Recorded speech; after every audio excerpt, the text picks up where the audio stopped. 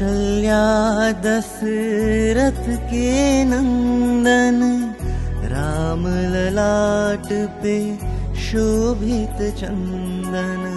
रघुपति की जय बोले लक्ष्मण, राम सिया का हो अभिनंदन।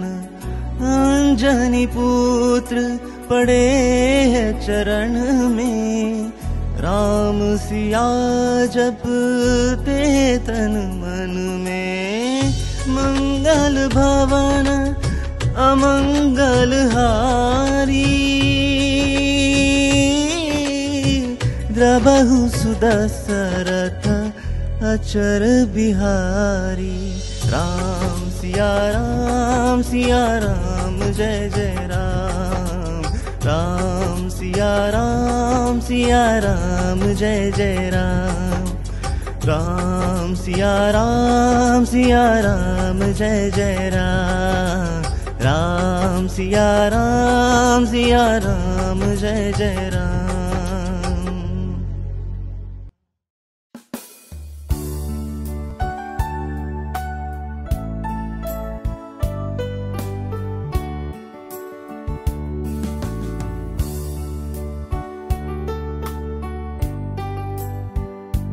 माझा नमस्कार। सर्वप्रथम गुढीपाडव्याच्या नूतन वर्षाच्या आपल्या सगळ्यांना हृदयापासून शुभेच्छा देते।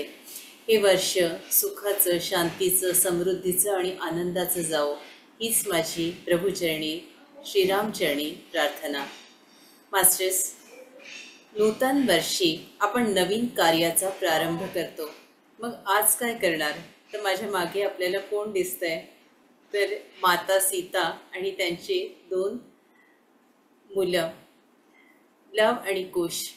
तर रामायणाबद्दल आपण नेहमीच माहिती घेत असतो की श्रीराम कसे होते, पण माता सीतेचा उल्लेख रामायणात आपण आपल्यापर्यंत किती आलाय? तर श्रीरामाची पत्नी आणि लवकुशांची आई, त्यांना वनवास झाला, अग्निपरीक्षा दिली, एवढाच काय तो उल्लेख आपण रामायणात बघितलेला आहे। आज गुढीपाडव्याच्या निमित्तानं थोडासा संवाद साधू शकते। तर चैत्र शुद्ध प्रतिपदा म्हणजेच स्नेहाचे, मांगल्याचे, आनंदाचे, शांतीचे, समृद्धीचे प्रतीक म्हणून आपण गुढी उभारतो। हे एक विजयाचं प्रतीक आहे। प्रभू रामानं वालीचा वध याच दिवशी केला। ब्रह्मदेवानं सृष्टी निर्माण केली, भगवंताने मत्स्य अवतार घेतला आणि शंकासुराचा वध केला। शालिवाहन राजाने शकगणनेला सुरुवात केली।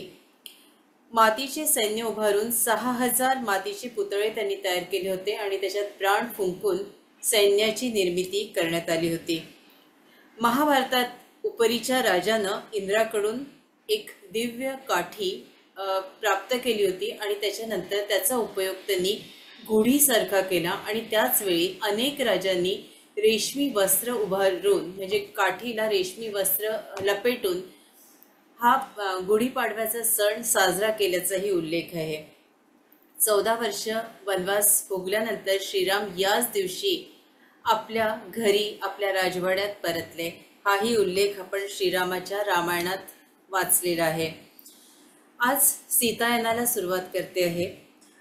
श्रीरामाबद्दल आपण नेहमी वाचतो बघा ना, सीता माता जनक राजांच्या आणि माता सुनैनाच्या कन्या। खरं तर पृथ्वी मातेच्या कन्या जनक राजांना त्या कशा भेटल्या ही गोष्ट आपण पुढे घेणारच आहोत। नंतर दशरथांच्या स्नुषा, श्रीरामाच्या धर्मपत्नी, लवकुशांची आई। पण याच्याही व्यतिरिक्त त्यांची स्वतःची काय ओळख होती, त्यांचं काय काम होतं?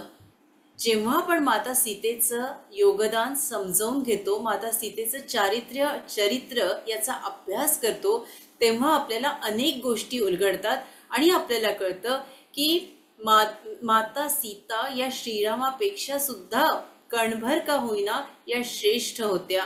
आणि त्या कशा, नेमकं काय झालं होतं? कारण एक पिढी दुसऱ्या पिढीपर्यंत रामायणाच्या ग्रंथाचं आपण वाचन करतो, पण रामायणाच्या ग्रंथात अनेक गोष्टी कधी कधी बघा कम्युनिकेशनच्या द्वारे वेगवेगळ्या प्रकारांना सांगितल्या जातात। तर नेमकं काय झालं हे आज आपण सीतायनामधून समजून घेणार आहोत। याला देना मरियन यांनी the untold story of Sita हा ग्रंथ लिहिला आणि सुभाष पत्रे सरांनी हा जेव्हा ग्रंथ वाचला तेव्हा ते म्हणाले की याचा हिंदी आणि मराठी अनुवाद व्हायला हवा। तर मराठी अनुवाद जो आहे तो ब्रह्मश्री शशिकांत जोशी यांनी केलेला आहे आणि याचा सर असं म्हणाले की मी जेव्हा रामायण वाचलं तेव्हा जो आनंद मला झाला तोच आनंद मला सीतायन वाचताना झाला आणि सरांनी तर लाखो पुस्तकं वाचले होते। तर त्याच्यामुळे मला असं वाटलं हे सीतायन आपल्यापर्यंत जरूर पोचावं।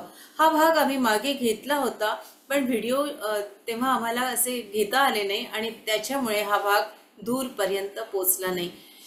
याच्यासाठी हे महत्त्वाचं आहे की माता सीतेच्या सगळे गुण आपल्यात आले, आपणही आपल्यातलं स्त्री तत्व, देवी तत्व, सीता तत्व हे जागृत करू शकतो आणि हे जागृत झाल्यावर ब्रह्मांड काय आहे ते आपल्या शरीरात आहे याचा शोध आपल्याला लागतो। मास्टर्स, विष्णू आणि नारायणींनी हा त्रेतायुगात हा जो जन्म घेतला होता तर ह्या सगळ्या घटना कशा घडल्या, ह्या ज्या लेखिका आहेत देना मरियन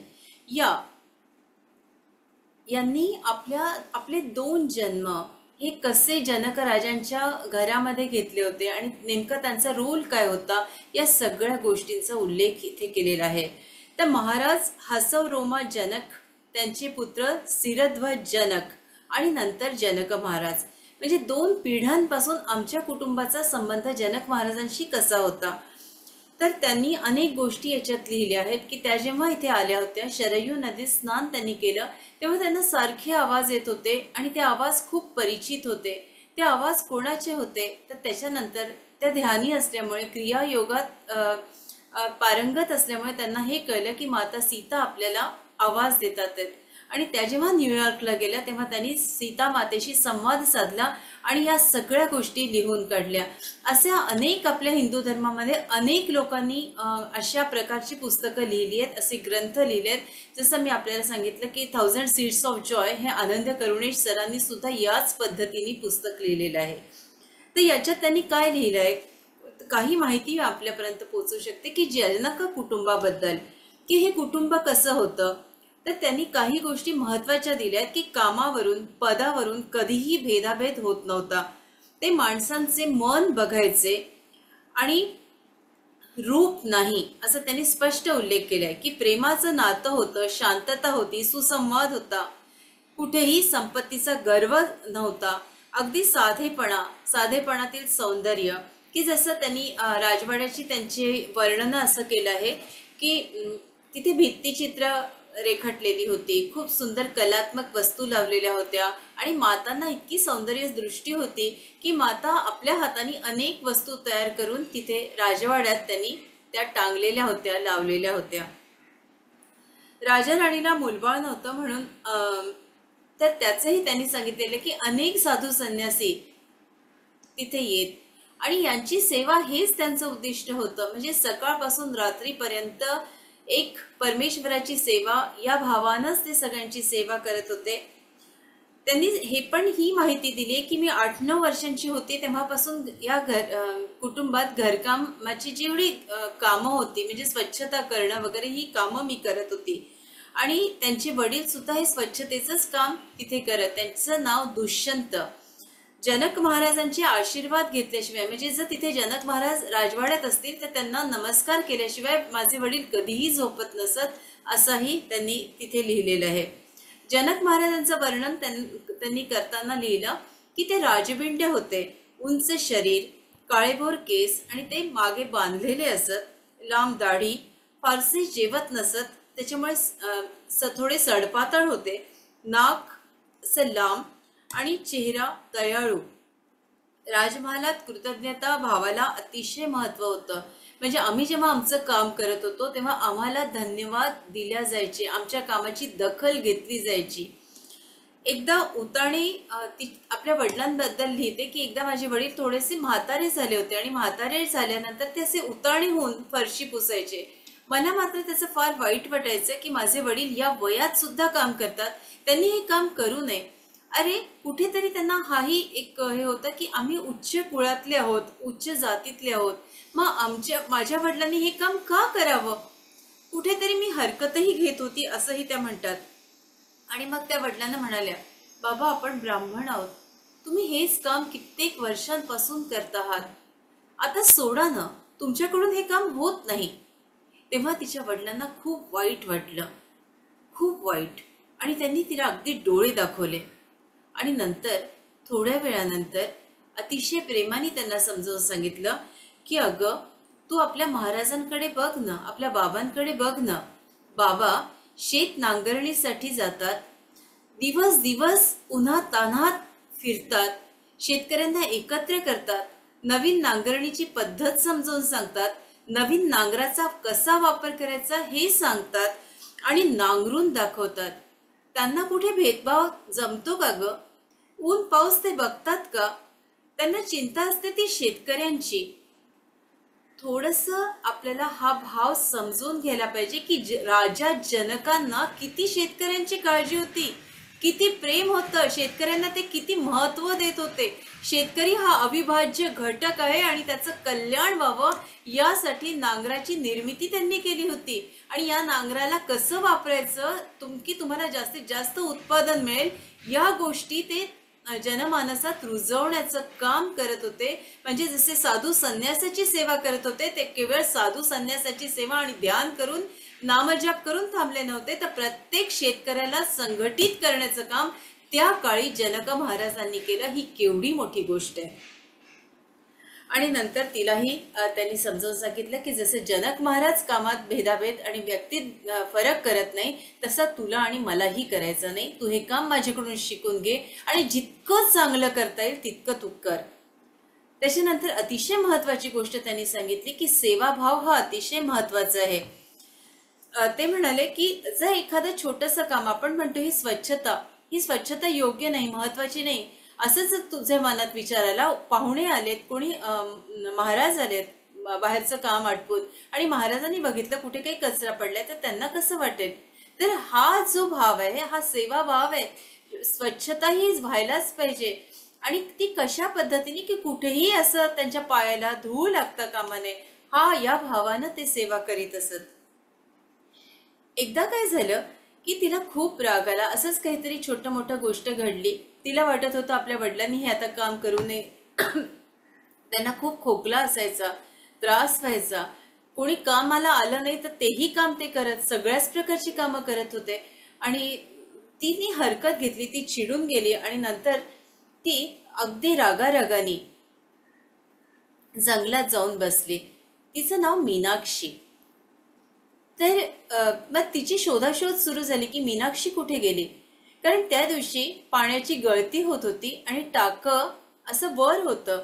टाकं दुरुस्त करायला तिथलं तंत्रज्ञान जे होतं त्या काळातलं, आपण आता म्हणतो प्लंबर, तो माणूस तिथं आला होता. त्यानं ते काम नीट केलं की नाही ते बघायला तिचे वडील दुष्यंत वर चढले आणि चढता चढता ते खाली पाय घसरून पडले. आता त्याच्यानंतर काय झालं, तो निरोप घेऊन आदिती नावाची एक सेविका होती जी या मीनाक्षीची मैत्रीण होती. तर तिला भेटायला म्हणून जंगलात आली. ती शोधाशोध करत होती, आवाज येत होती. शेवटी मीनाक्षी बाहेर निघाली आणि तिने विचारलं काय झालं. तिच्या चेहऱ्यावरून काहीतरी अघटित घडलं आहे याची जाणीव तिला झाली आणि ती तिच्या बरोबर धावत आली. बघते तर आपले वडील गेलेले आहेत. तो गिल्ट, ती जी सल आहे तिच्या मनात खोलवर गेली की माझ्यामुळे माझे वडील गेले. मी जर अशी लपली नसती, त्याच्यात रागवली नसती, तर माझे वडील गेले नसते. आणि हा गिल्ट ती आपल्या मनात कसा ठेवते आणि पुढे तो गिल्ट तिचा कोण दूर करतं, हा भाग आपण पुढच्या भागात बघणारच आहोत. पण आपल्या मनात सुद्धा असे गिल्ट असतात कुठले ना कुठले की मी असं करायला नको होतं, माझं चुकलं, मी तमक्याचं नुकसान केलं. ती गोष्ट घडून गेलेली असते, पण ती सल मात्र आपण आपल्या हृदयात ठेवतो आणि कायम मी असं केलं स्वतःला दोषी ठरवत असतो. इथे या सीतानाथ हाच भागाचा उल्लेख पहिल्या ह्याच्यात केलाय की कुठलाही गिल्ट कुठल्याही व्यक्तीनं आपल्या मनात कधीच ठेवू नये. क्षमा मागून, क्षमा करून तो काढून टाकावा. त्याच्यानंतर असं सांगितलंय की ती थोडी सावरते, काम करायला सुरुवात करते, पण कुठेतरी एकटी एकटी राहत असते. आणि आता तिला असं वाटतं की आता मी एकटी आहे. कधीच तिच्या वडिलांनी तिला नदीवर जाऊ दिलं नसतं, त्याचीही काही कारणं असतात. पण एक दिवस आता तिला वाटतं स्वातंत्र्य आता मला मिळालंय, सगळ्या स्त्रिया या नदीवर जातात. आणि त्या दिवशी असंच होतं की सगळ्या जाताना तिला विचारतात, आम्ही नदीवर चाललोय, तू येते, तू कधीच आली नाहीस. त्याच्यावर ती आपल्या हातातलं काम थोडं बाजूला ठेवते आणि त्यांच्याबरोबर कपडे धुवायला म्हणून नदीच्या किनाऱ्यावर जाते. नदीच्या किनाऱ्यावर ती स्नान करते. पहिल्यांदा तिला आनंद होतो की आपण कित्येक वर्षानंतर अगदी पहिल्यांदा नदीच्या पाण्याला स्पर्श करतोय, वाहत्या नदीचं पाणी इतकं जवळून बघतोय. खूप तिला गंमत वाटते, खूप छान वाटतं. आणि नंतर ती त्याच्यात रमते. बाकी मैत्रिणी म्हणतात, चलतेस ना, आम्हाला काम आहे. त्याच्यावर ती म्हणते, तुम्हाला काम आहे तर तुम्ही निघा, मला अजून थोडा वेळ इथे थांबायचंय. आणि ती तिचे कपडे धुवायला लागते. कपडे धुता धुता तिच्या गळ्यातलं जे मफलर असतं ते नदीच्या पाण्याबरोबर व्हायला लागतं. आणि ते घेण्यासाठी ती पुढे पुढे पुढे जाते. सुरक्षा रेषा असते त्याच्याही ती पुढे गेली असते. आणि तिला आता हेही समजतं की नदीचं पाणी मला ओढतंय आणि माझे आता श्वास थांबलेत. तडफडते, आवाज देते, वाचवा वाचवा. आता तर सगळंच तिच्या नाकात पाणी घुसलं असतं आणि तिला बोलताच येत नाही, ती डुबलेली असते. काहीही कळत नाही आणि या अवस्थेत असते की आता माझा शेवट आहे, मी आता जाणार आहे. त्याच क्षणी काही मिनिटात तिला याची जाणीव होते की ते पाणी आता हळूहळू हळूहळू कमी होतंय आणि विरुद्ध दिशेने वाहतंय. तिचे पाय खडकावर आलेत. पण नाकात गेलेल्या पाण्यामुळे ती बेचैन झालेली असते आणि तिला अशी ग्लानी येते, चक्कर येते. तोच 2 हात समोर तिच्या हाताला आधार देण्यासाठी. अगदी डोळे मलूल झालेले असतात, प्राण गेल्यासारखे असतात. ती त्या हातांमध्ये हात देते. थकलेल्या नजरेनं वर बघते तर ते जनक बाबा असतात. बाबा स्वतःची शाल तिला पांघरतात. ती बाबांच्या बरोबर काठावर येते. पहिल्यांदाच आयुष्यात इतकं जवळून दर्शन तिचं बाबांचं होतं.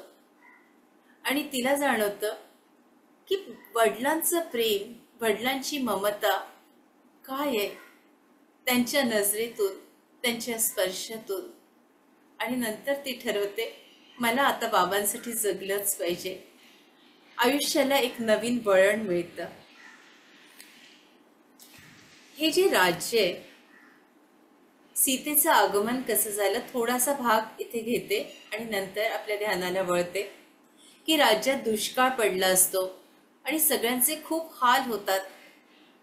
आपल्याला सगळ्यांना माहिती आहे की राजा जनक हे ध्यानी होते आणि मग ते नदीच्या किनारी निसर्गाच्या सान्निध्यात नेहमीच ध्यान करत. तर त्यांना निसर्ग देवतेची त्यांच्यावर कृपा होते. नदीमधून देवी त्यांच्यासमोर प्रगट होते आणि ती त्यांना आशीर्वाद देते आणि म्हणते, राजा जनक, माझ्या पाण्याचा उपयोग तू कर.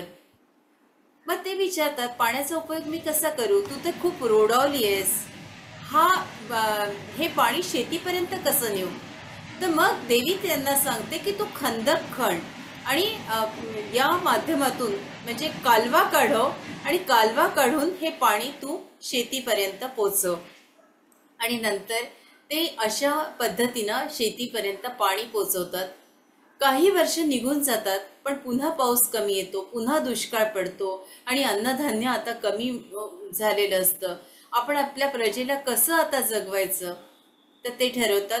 एक खूप चांगलं वाक्य आहे त्यांच्या तोंडून आलेलं की ते म्हणतात की कठीण काळात सुद्धा फायदे मिळवणं शक्य असतं.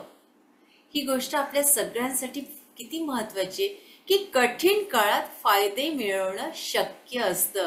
आणि त्याचाच प्रत्यय त्यांनी हे केलाय की सगळ्या राजांनाच आपण संघटित केलं, सगळ्यांनाच आपली अडचण समजावून सांगितली की आतापर्यंत आम्ही स्वयंपूर्ण होतो, पण आता आम्हाला थोडीशी तुमच्या मदतीची गरज आहे, तर आम्हाला मदत करा.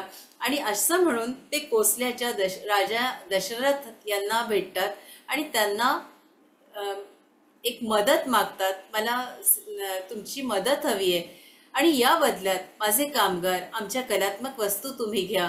म्हणजे कुठेतरी एक संकोच त्यांच्या मनात असतो की कोणाचे उपकार असे घ्यायचे नाही. आणि भविष्यात हे मैत्रीचे संबंध कसे रुजले जातात. आणि जनक बाबा म्हणतात की एक दिवस असा येईल की हे ऋण मात्र आम्ही नक्की फेडू. अनेक ऋषी येतात, ते चौकशी करतात की बाबा तुमचं वय वाढत चाललंय, आता तुम्हाला पुत्र व्हायला हवा, वारस यायला हवा. आणि नंतर मग ते ठरवतात की आपण एक मोठा असा एक पूजा करू, महापूजा करू की ज्याच्यात आपल्याला आता पुढच्या भविष्यात आपल्याला मूल व्हायला हवं. तर मूल व्हायला हवं असं ते म्हणत नाही, ते म्हणतात मला मुलगी व्हायला हवी. खूप दूर दूरहून ऋषी येतात, संत येतात. एक ऋषी मात्र अवाक होऊन त्यांना विचारतो की तुम्ही मुलगी व्हायला हवी असं कसं म्हणत आहात? खरं तर तुम्हाला मुलगा व्हायला हवा, तुमचा वारसा जपायला हवा, तुमच्या राज्याचं त्याला राज्याला वृद्धिंगत करायला हवं, त्याची काळजी घ्यायला हवी, राज्य वाढवायला हवं, त्याच्यासाठी राजकुमार हवा. ते म्हणतात नाही, मला राजकुमारी हवी आहे, मला देवी हवी आहे. आणि मला राज्यकारभाराची चिंता नाही आहे, मला या विश्वाची चिंता आहे. याच्यासाठी की अनेक अघटित घटना घडतात आहे, निसर्ग विरुद्ध आपण लोक बंड करता आहात आणि हे जर संरक्षण ची गरज आहे. आणि हे संरक्षण कसं होईल तर ती देवीच्या कृपेनंच हे संरक्षण होऊ शकेल. तेव्हा मी त्यांची वाट बघतो आहे, त्या देवीची वाट बघतो आहे असं ते म्हणतात. पुढे काय होतं ते पुढच्या भागात आपण बघणार आहोत की माता सीता कशा प्रगटतात. मला वाटतं इथेच मी थांबावं.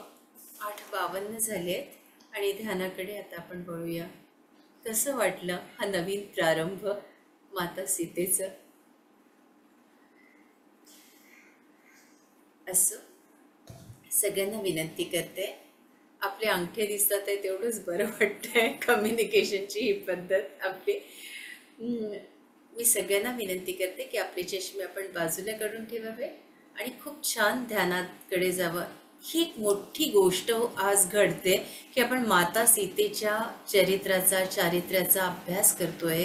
सीतायनाचा संदर्भ लक्षात घेऊन अनेक गोष्टी आपण उलगडून घेणार आहोत, सांगणार आहोत. पृथ्वी तत्व, जलतत्व कसं महत्त्वाचं आहे आणि आयुष्यात महत्त्वाचे निर्णय आपण या तत्वानं कसे घेऊ शकतो, या अनेक गूढ गोष्टी आहेत. विनंती करते आपले डोळे, सुंदर डोळे हळुवारपणे मिटून घ्यावे.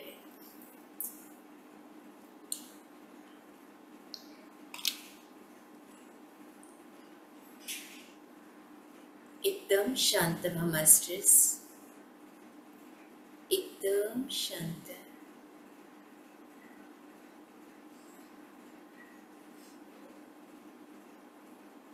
आवाहन करते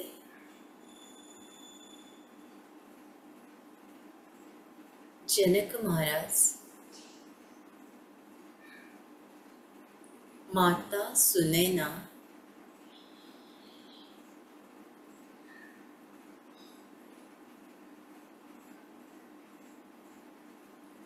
माता सीता आणि प्रभू श्रीराम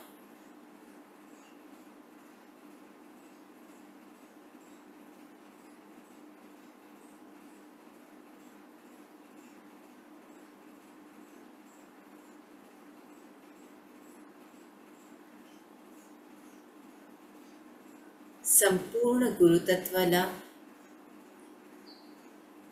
पृथ्वी तत्वाला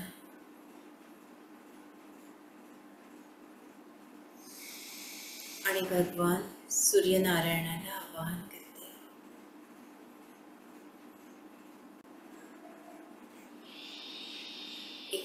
शांत.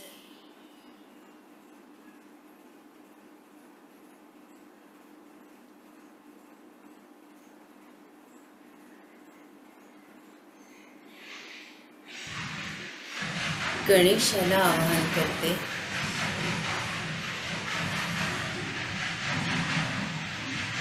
या ऊर्जेशी एकरूप होऊन जा मास्टर्स.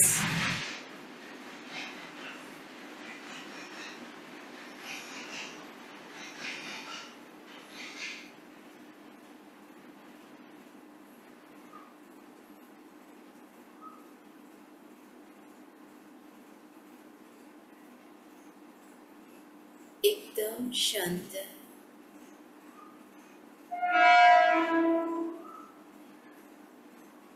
आपल्या संपूर्ण शरीरात प्रचंड ऊर्जा आहे.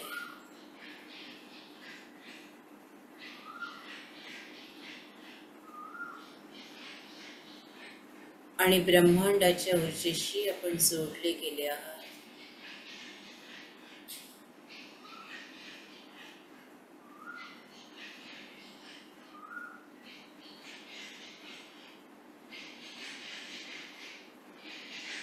ओम गणपतये नमः.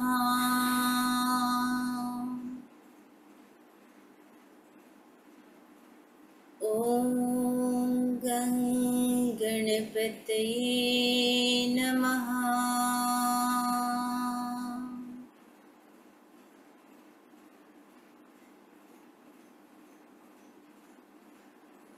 ओम गणपतये नमः.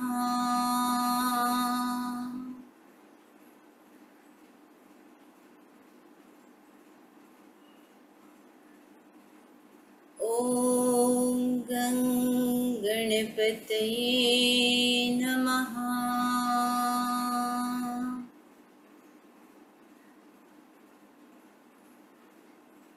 ओम गणपतये नमः.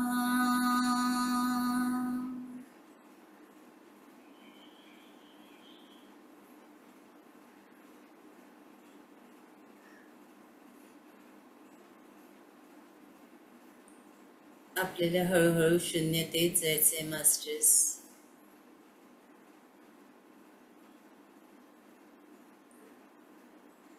पूर्ण शून्यता.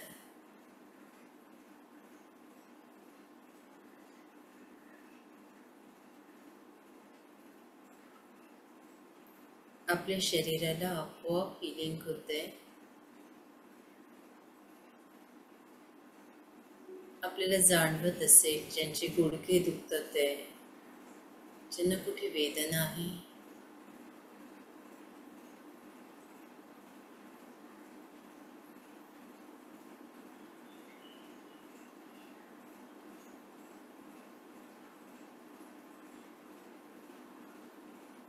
आपले रूपांतर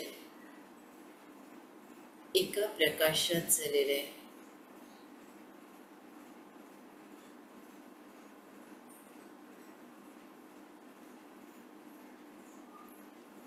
धियो यो नः प्रचोदयात् तत् सवितुर्वरेण्यं भर्गो देवस्य धीमहि धियो यो नः प्रचोदयात्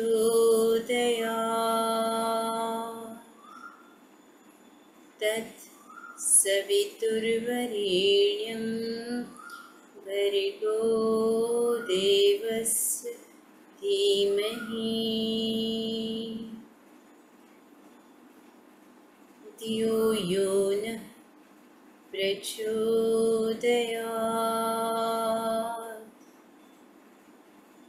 तत् सवितुर्वरेण्यं भर्गो देवस्य धीमहि धियो यो नः प्रचोदयात् तत् सवितुर्वरेण्यं भर्गो देवस्य धीमहि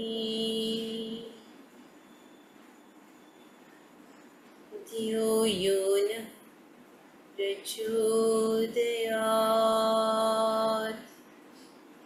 तत् सवितुर्वरेण्यं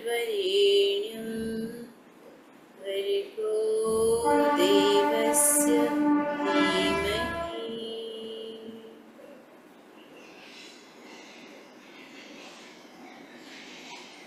पूर्णशून्यता।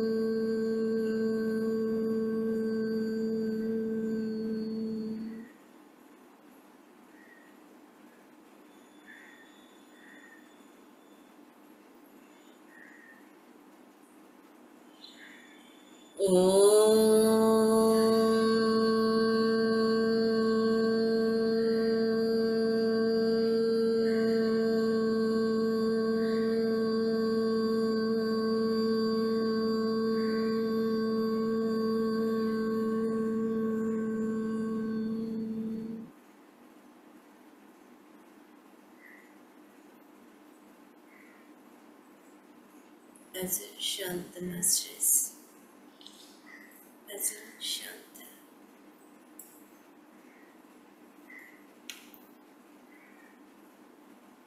योग योग योगेश्वराय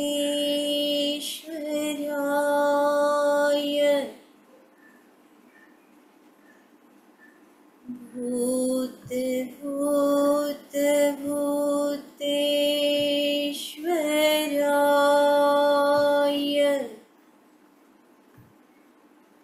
काल काल कालेश्वराय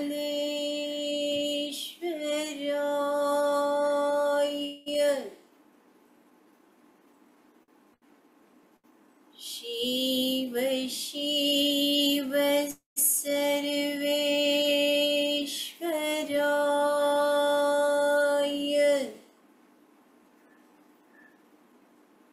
शंभो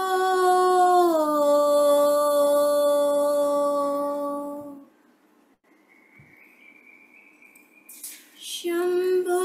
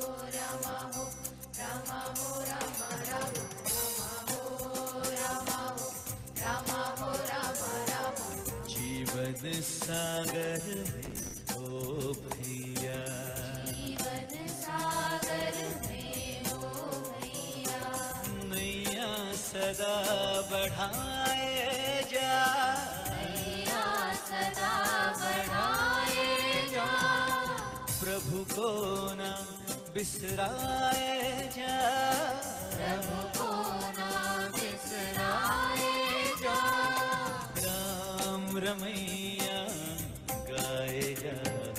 रामा हो रामा हो रामा हो रामा राम रामा हो रामा हो रामा हो रामा राम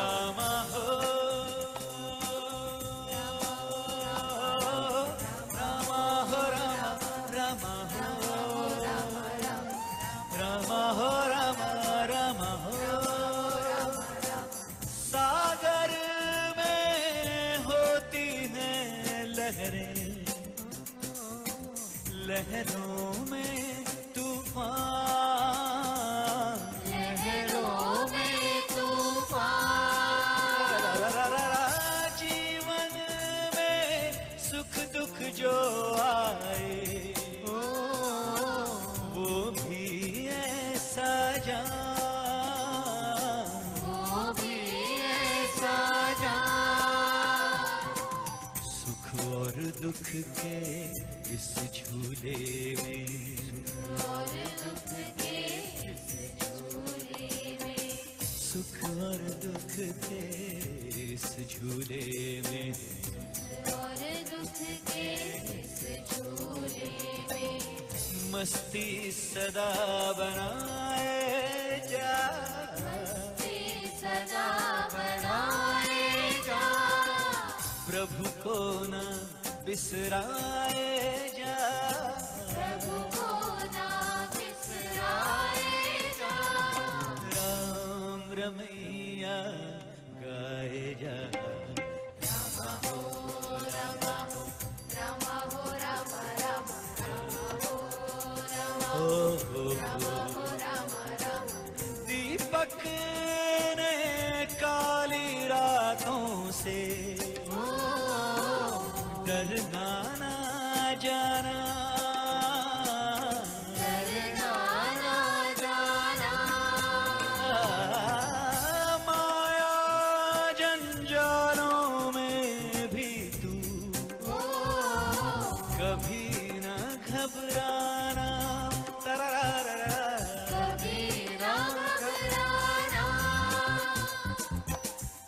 ऐसा रस में ज्ञान मिला है, रस में ज्ञान मिला है, ऐसा रस में ज्ञान मिला है, ऐसा रस में ज्ञान मिला है, इसमें खुद को डुबाए जा, इसमें खुद को डुबाए जा, गुरु को ना बिसराए जा, गुरु को ना बिसराए जा, राम रमैया गाए जा।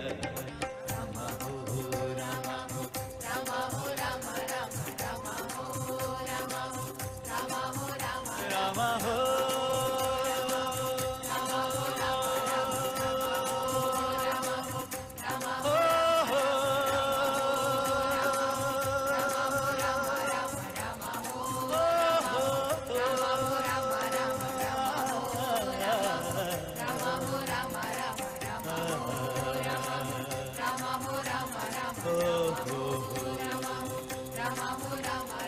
दीपक ने काली रातों से डरना ना जाना, डरना ना जाना, माया जंजाल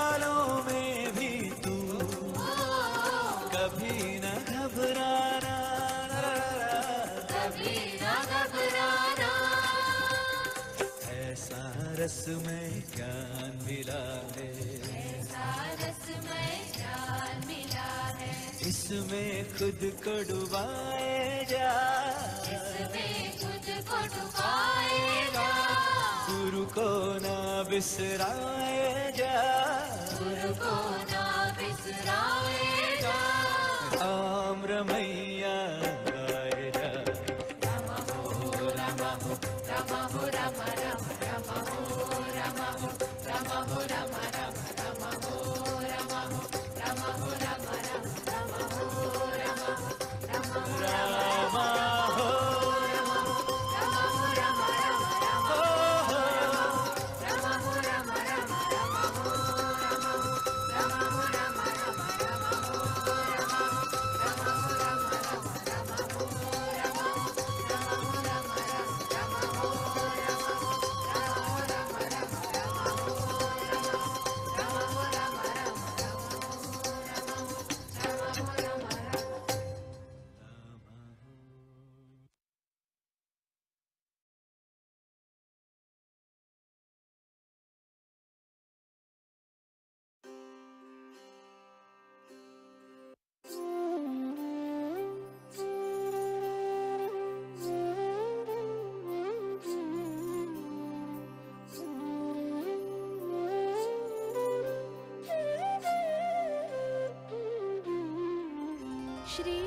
श्रीरामचन्द्र कृपालु भज मन हरण भव भयदारुणम् नवकञ्जलोचन कञ्जमुखकर कञ्जपदकञ्जारुणम् श्रीरामचन्द्र कृपालु भज मन हरण भव भयदारुणम् नवकञ्जलोचन कञ्जमुखकर कञ्जपदकञ्जारुणम्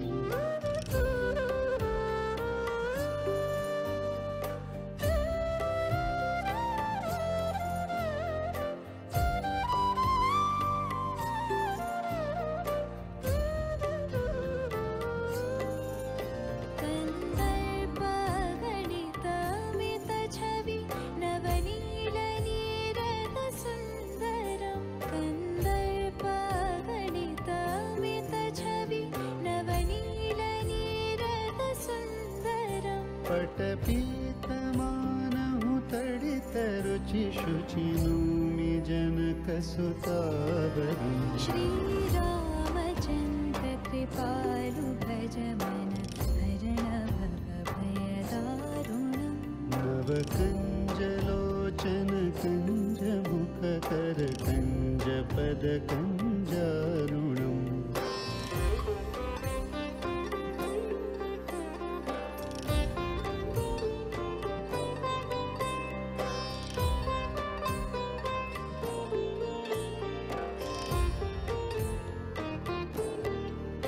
भज दीनबन्धु दिनेश दानव दैत्यवंशनिकन्दनं भजु दीनबन्धु दिनेश दानव दैत्यवंशनिकन्दनम् रघुनन्द आनन्द कन्द कौशल छन्द दशरथ नन्दनम् श्रीरामचन्द्र कृपालु भज मन हरण भव भयदारुणम् नवकञ्जलोचन कञ्जमुखकर कञ्जपदकञ्जारुणम्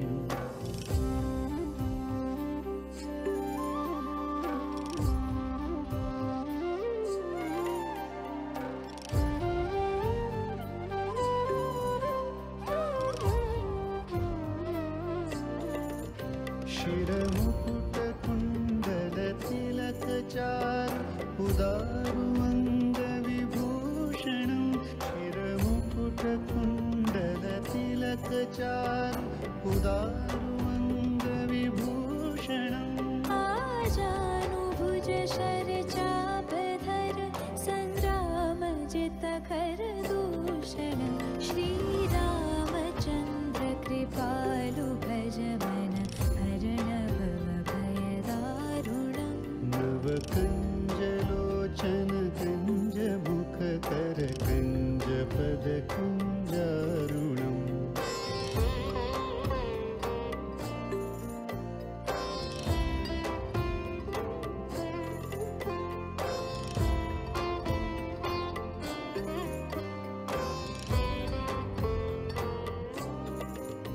इति वदति तुलसीदास शङ्कर शेषमुनिमनरञ्जनम् इति वदति तुलसीदास शङ्कर शेषमुनिमनरञ्जनम् मम हृदयकञ्जनिवास कुरु कामादिखलदलगञ्जन श्रीरामचन्द्र कृपालु भज मन हरण भवभयदारुणम् नवकञ्जलोचन कञ्जमुखकर कञ्जपद कञ्जारुणम्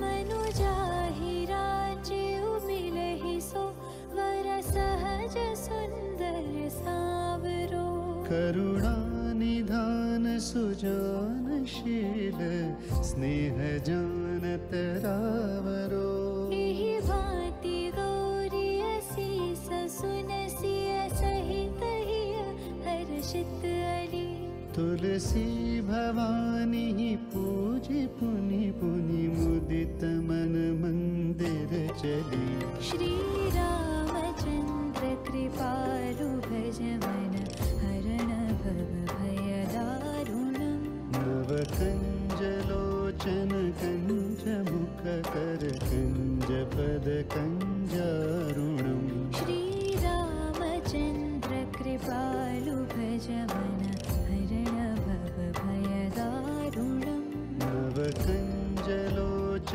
कञ्जमुखकर कञ्जपद कञ्जारुणम् श्रीराम श्रीराम श्रीराम श्रीराम श्रीराम श्रीराम श्रीराम श्रीराम श्रीराम श्रीराम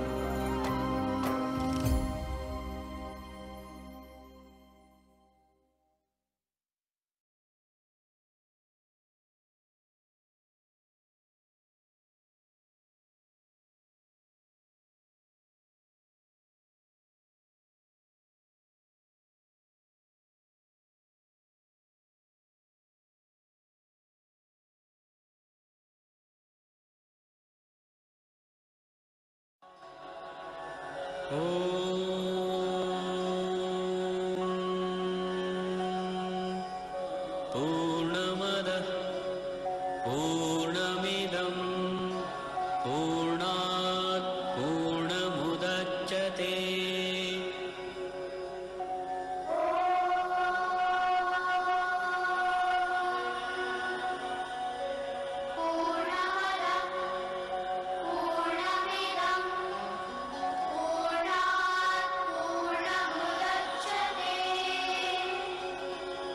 पूर्णस्य पूर्णमादाय पूर्णमेवावशिष्यते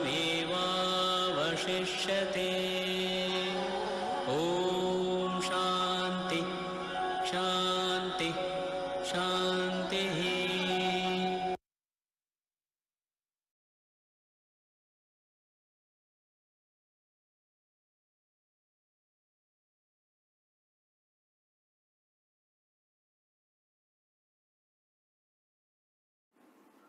मास्टर्स,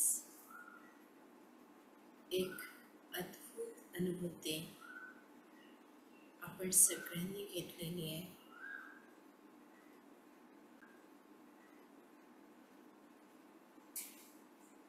जी फुलांची मुद्रा मी आपल्याला शिकवली होती. हाताला हात लावून आपल्या बोटांची एक परडी तयार करायची. या परडीत आपल्याला फुलं घ्यायची आहेत. ज्यांना मानता आज्ञाचक्राजवळ दोन्ही अंगठे आपले उभ्या अवस्थेत, ज्या गुरूंना आपण मानता, ज्यांचं स्मरण करता, त्यांना स्मरून आपल्या गुरूंना डोळ्यासमोर आणा. मास्टर्स,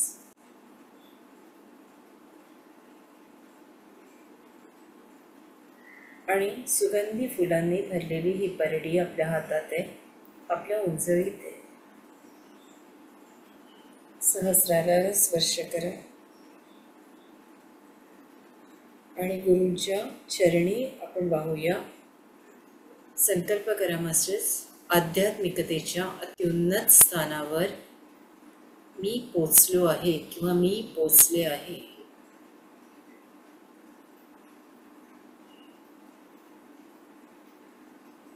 गुरूंच्या उजव्या अंगठ्याला आपल्या आज्ञाचक्राचा स्पर्श.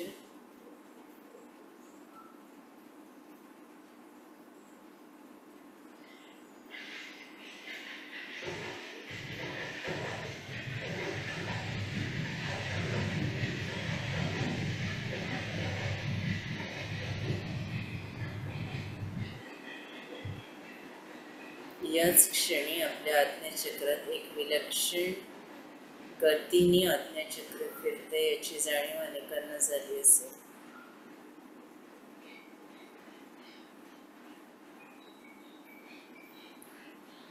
मास्टर्स, चेतने तिकडे येऊया. दोन्ही पावलं हळूच हलवा. हात डोळ्यांवर. 5 4 3 2 1 0. या विश्वाला आशीर्वाद द्या मास्टर्स. या विश्वाचं कल्याण होत आहे. या विश्वात ध्यानी, ज्ञानी आणि शाकाहारी लोक आहेत. शेतकरी, शेतमजूर, कामगार, कारागीर, सैनिक, स्त्रिया, मुली, गायी, वासरं, प्राणी, पशु, पक्षी सगळे सुरक्षित आहेत. आम्ही सगळे सुरक्षित आहोत. कल्याणमस्तु, कल्याणमस्तु, कल्याणमस्तु. दोन्ही हात आपल्या सहस्रारावर. तथास्तु, तथास्तु, तथास्तु. कसं वाटलं मास्टर्स? आपण बोलू शकता. आपल्याला आवाज आला ना बरोबर? आपण बोलू शकता. शीतलताई. वंदनताई प्रणाम. खूप छान वाटलं, डोळ्यातून पाणी आलं. अतिशय सुंदर झालं. छान आवाज ऐकायला आला. खूप छान ताई, खूप छान.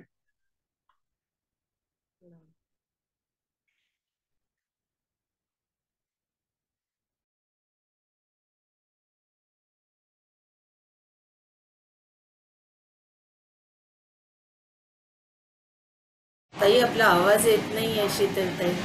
आत्मवंदन वृत्तात आहे. आजच्या गुढीपाडव्याच्या निमित्तानं आपली परवानगी असेल तर आपण एका शाळेत सगळ्यांनी जायचं का? आणि तिथं काय चालतं, तिथले गुरुजन कोण आहेत, आणि तिथं काय काय शिकवलं जातं, तिथले विद्यार्थी काय करतात, हा आत्ताच ऋतुताईंनी सांगितलं की वारसा पुढे चालवण्यासाठी मुलाची नाही मुलीचीही गरज असते आणि मुलगी जास्त जबाबदारीनं हे काम पार पडते. तर हे मला बोलायचं होतं, तर मी बोलू का? म्हणजे हे जरा गाण्यात गुंफलेलं आहे. शाळा भरलेली आहे आणि त्या शाळेत गुरुजन कोण आहेत आणि विद्यार्थी कोण आहेत हे या ह्याच्यातून समजवण्याचा मी प्रयत्न केलाय. मी समजावून सांगू शकत नाही, तर परमेश्वर करून देतोय, पण ते माध्यम आहे. मी आराधनाची शाळा भरली, आराधनाची शाळा भरली, साधकांच्या मनाची कशी कळी खुलली, आराधनाची शाळा भरली, आराधनाची शाळा भरली.